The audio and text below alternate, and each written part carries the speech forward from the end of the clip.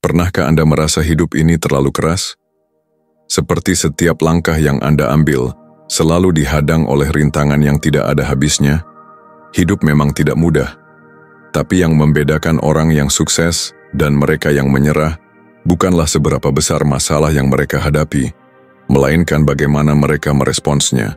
Filsafat Stoikisme mengajarkan bahwa setiap kesulitan bukanlah penghalang, tapi kesempatan. Kesabaran, ketahanan, dan cara kita menghadapi tantangan adalah kunci untuk mengubah rasa sakit menjadi kekuatan.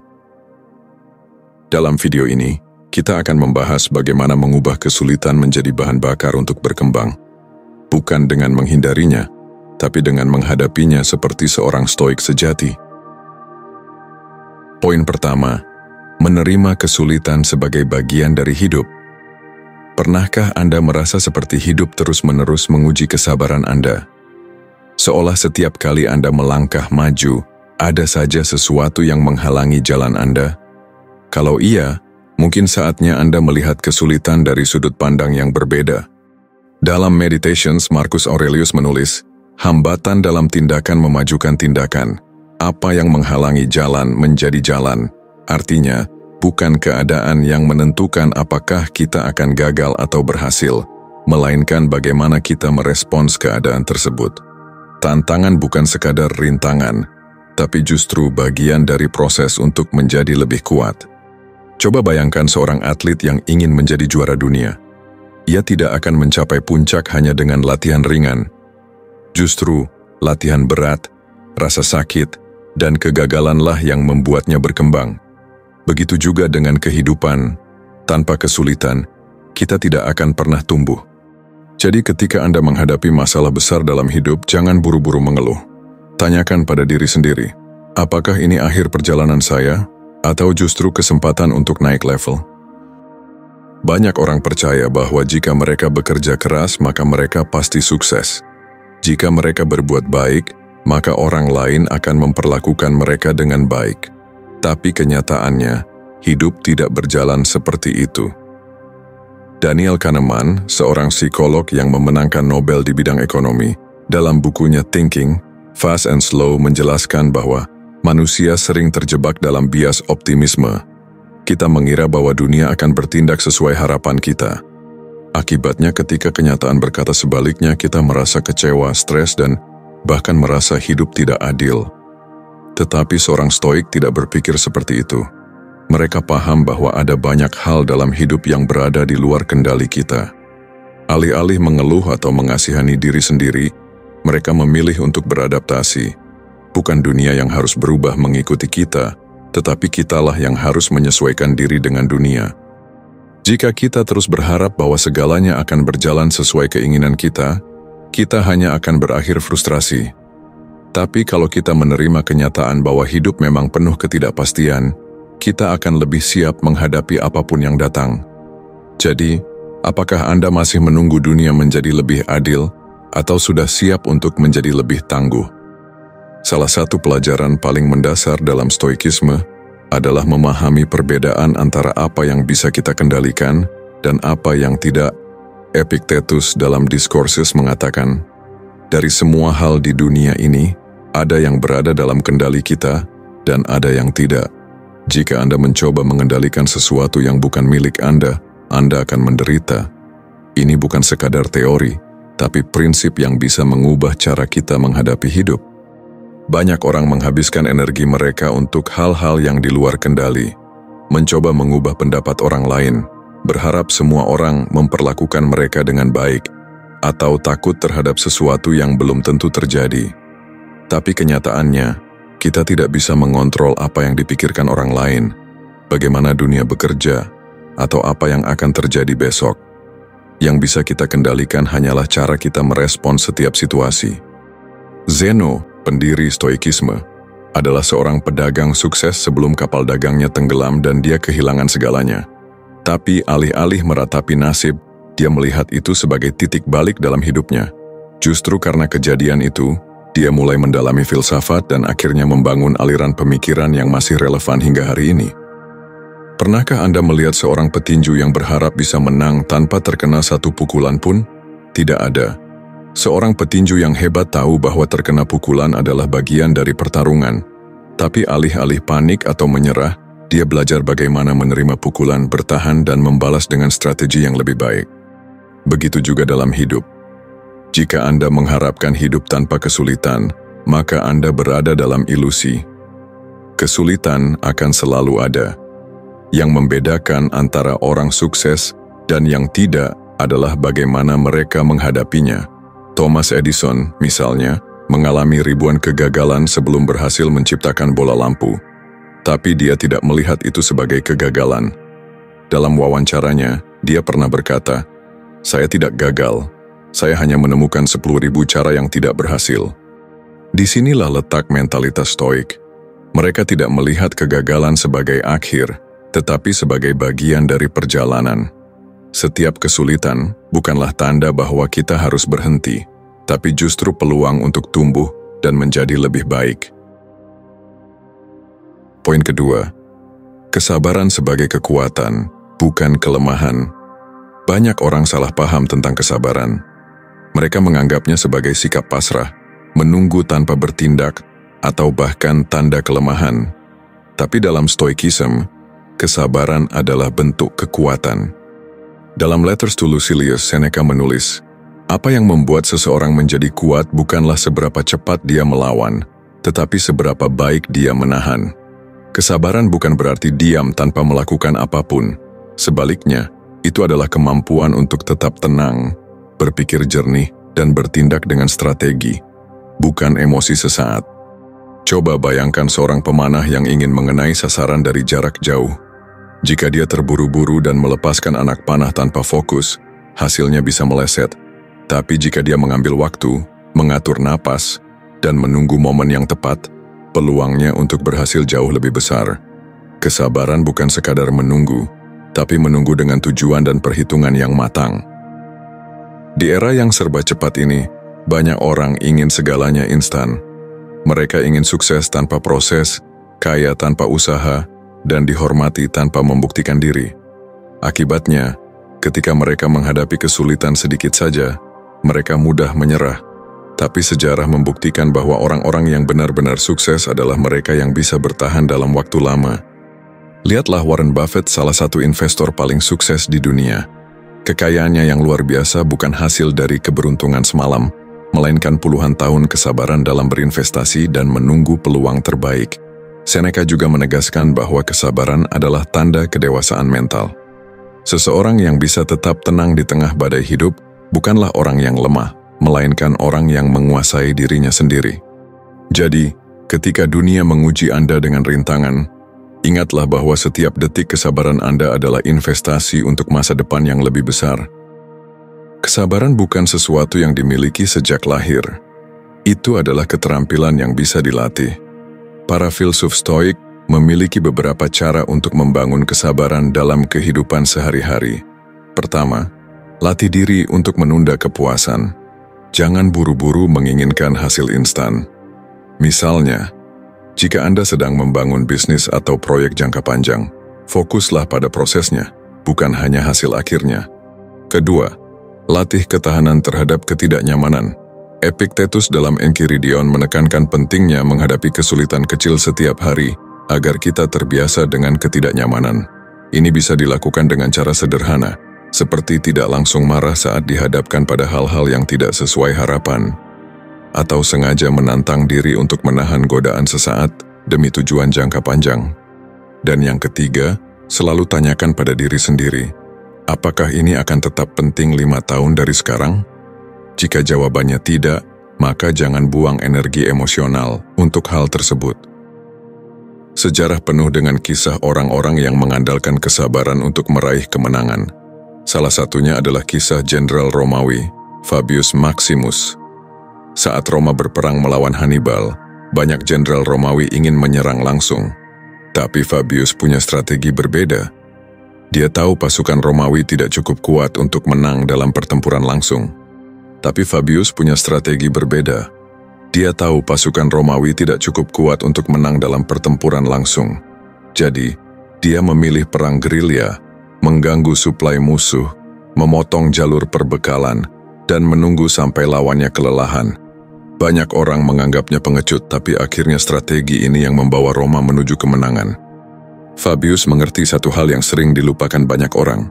Kadang kemenangan bukan soal siapa yang menyerang lebih dulu, tapi siapa yang bisa bertahan lebih lama. Poin ketiga, mengendalikan emosi di tengah kekacauan. Ketika hidup menekan kita, reaksi pertama yang sering muncul adalah emosi, marah, frustasi, atau panik. Kita ingin berteriak, menyalahkan keadaan, atau bertindak tanpa berpikir panjang. Tapi disinilah letak jebakannya. Emosi yang tak terkendali seringkali membawa kita ke arah yang lebih buruk. Marcus Aurelius dalam Meditations menulis, Anda memiliki kekuatan atas pikiran Anda, bukan atas peristiwa eksternal. Sadarilah ini, dan Anda akan menemukan kekuatan. Ini adalah inti dari stoikisme. Masalah datang silih berganti, tetapi bagaimana kita menanggapinya adalah pilihan kita sendiri. Bayangkan seorang pemimpin dalam situasi perang. Jika dia panik saat pasukannya diserang, seluruh rencana bisa berantakan. Tapi jika dia tetap tenang, menilai situasi dengan kepala dingin, peluang untuk menang jauh lebih besar. Hal yang sama berlaku dalam hidup. Ketika badai datang, mereka yang bisa mengendalikan emosi adalah mereka yang tetap berdiri. Pernahkah Anda merasa dunia seperti sengaja menguji kesabaran Anda? Macet di jalan saat terburu-buru, orang yang berbicara kasar tanpa alasan, atau masalah yang muncul tiba-tiba di saat paling tidak tepat? Epictetus dalam Enchiridion mengingatkan, bukan peristiwa yang mengganggu kita, tetapi bagaimana kita menilainya. Masalahnya bukan apa yang terjadi, tapi bagaimana kita bereaksi. Ketika seseorang menghina Anda, sebenarnya kata-kata mereka tidak memiliki kekuatan apapun. Tapi ketika Anda membiarkannya mempengaruhi Anda, ketika Anda marah dan membalas, saat itulah Anda kehilangan kendali. Orang Stoik tahu bahwa tidak ada yang bisa benar-benar menyakiti Anda, kecuali Anda mengizinkannya. Jadi, lain kali Anda menghadapi situasi yang menguji kesabaran, tanyakan pada diri sendiri, apakah ini benar-benar layak untuk merusak ketenangan saya? Stoikisme bukan sekadar filosofi kuno yang hanya dibaca dalam buku sejarah. Ini adalah seni berpikir yang bisa kita latih setiap hari untuk menghadapi dunia yang penuh ketidakpastian. Ketika tekanan datang dari berbagai arah, ada cara-cara konkret yang bisa membantu Anda tetap tenang dan tidak terjebak dalam pusaran emosi. Pertama, melihat dari sudut pandang lain. Bayangkan situasi sulit yang sedang Anda hadapi. Sekarang coba lepaskan diri dari emosi sesaat dan lihatlah dari perspektif orang lain. Jika teman Anda mengalami hal yang sama, apa yang akan Anda katakan kepadanya? Atau pikirkan ini, dalam 5 tahun, akankah masalah ini masih terasa begitu besar? Dengan memberi jarak mental pada masalah, kita bisa melihatnya lebih objektif dan tidak bereaksi berlebihan. Kedua, mempersiapkan diri dengan visualisasi negatif. Kedengarannya pesimistis, tapi para filsuf Stoik menggunakan teknik ini untuk memperkuat mental mereka. Bayangkan skenario terburuk yang mungkin terjadi. Kehilangan pekerjaan, hubungan yang kandas, atau kegagalan dalam proyek besar. Bukan untuk membuat diri Anda cemas, tetapi untuk melatih kesiapan mental. Ketika Anda sudah pernah mengalami kegagalan dalam pikiran, Anda tidak akan mudah hancur jika hal itu benar-benar terjadi. Terakhir, mengendalikan napas bukan emosi yang mengendalikan Anda. Saat emosi memuncak, marah, panik, atau frustrasi, hal pertama yang harus Anda lakukan bukan bereaksi tapi bernapas. Tarik napas dalam selama 4 detik, tahan sejenak, lalu hembuskan perlahan. Teknik ini bukan hanya menenangkan pikiran, tetapi juga memberi waktu bagi otak untuk berpikir jernih sebelum mengambil keputusan. Ingat, reaksi pertama yang muncul dari emosi seringkali bukan solusi terbaik. Menguasai teknik ini tidak terjadi dalam semalam, tetapi dengan latihan, Anda akan semakin mahir dalam menghadapi tantangan dengan kepala dingin. Bagaimanapun, dunia akan terus menguji Anda. Yang terpenting bukan apa yang terjadi, tetapi bagaimana Anda meresponsnya. Salah satu contoh terbaik dari seseorang yang menguasai emosinya adalah Marcus Aurelius, Kaisar Romawi yang juga seorang Stoik. Bayangkan situasi yang dia hadapi. perang tanpa henti, pengkhianatan dari orang-orang terdekat, dan tekanan luar biasa sebagai pemimpin sebuah kekaisaran. Tapi dia tetap dikenal sebagai pemimpin yang tenang dan penuh kebijaksanaan. Dalam Meditations, dia menulis kepada dirinya sendiri, mengingatkan bahwa dunia memang penuh dengan orang yang kasar, bodoh, dan egois. Tapi dia tidak boleh membiarkan mereka mengendalikan pikirannya. Dia memahami bahwa satu-satunya hal yang bisa dia kontrol adalah reaksinya sendiri. Jika seorang kaisar yang menghadapi begitu banyak tekanan bisa tetap tenang, bukankah kita juga bisa melatih hal yang sama dalam kehidupan sehari-hari? Dan dari sinilah kita masuk ke bagian berikutnya, bagaimana mengubah kegagalan menjadi pijakan untuk melangkah lebih jauh. Poin kelima, mengubah kegagalan menjadi lompatan besar. Kita sering diajarkan untuk takut pada kegagalan, seolah-olah itu adalah tanda bahwa kita tidak cukup baik. Tapi kenyataannya, tidak ada kesuksesan yang lahir tanpa serangkaian kegagalan. Lihat saja tokoh-tokoh besar dalam sejarah, mereka bukan orang yang tidak pernah gagal, tetapi mereka adalah orang yang tidak membiarkan kegagalan menghentikan langkah mereka. Marcus Aurelius dalam Meditations menulis, "Apa yang menghalangi jalan, menjadi jalan." Artinya, setiap rintangan yang muncul bukan untuk menghentikan kita, tetapi untuk membentuk kita menjadi lebih kuat. Bayangkan seorang atlet yang terus-menerus kalah dalam kompetisi. Jika dia menyerah setelah 1 atau 2 kekalahan, dia tidak akan pernah mencapai puncak. Tapi jika dia melihat setiap kegagalan sebagai bahan evaluasi, memperbaiki kelemahan, dan terus berlatih, maka setiap kekalahan justru menjadi batu loncatan menuju kemenangan. Epictetus pernah berkata, "Keadaan tidak membuat kita, tetapi mengungkap siapa diri kita sebenarnya." Dalam kegagalan, kita bisa melihat dengan jelas seberapa besar tekad kita, seberapa kuat mental kita, dan seberapa siap kita untuk bangkit kembali. Coba ingat kembali momen ketika Anda gagal dalam sesuatu. Mungkin itu bisnis pertama yang tidak berjalan sesuai rencana, proyek yang tidak diterima, atau ujian yang nilainya di bawah ekspektasi. Saat itu mungkin terasa menyakitkan, tapi jika Anda melihat kembali sekarang, bukankah ada pelajaran yang bisa diambil? Orang yang tidak pernah gagal adalah orang yang tidak pernah mencoba sesuatu yang baru. Kegagalan bukan tanda bahwa kita tidak mampu, tetapi bahwa kita sedang dalam proses belajar dan bertumbuh. Filsafat Stoik mengajarkan bahwa kegagalan bukanlah sesuatu yang harus dihindari, tetapi sesuatu yang harus dihadapi dengan sikap yang tepat. Berikut beberapa teknik yang bisa membantu Anda menghadapi kegagalan tanpa kehilangan arah. Lihat dari sudut pandang luar. Jika sahabat Anda mengalami kegagalan yang sama seperti yang Anda alami sekarang, apa yang akan Anda katakan kepadanya? Biasanya, kita lebih bijak dalam memberi nasihat kepada orang lain dibandingkan pada diri sendiri. Terapkan hal ini dan lihat masalah dari sudut pandang yang lebih objektif. Terima evaluasi, lanjutkan. Saat kegagalan datang, jangan terjebak dalam perasaan bersalah atau frustrasi terlalu lama.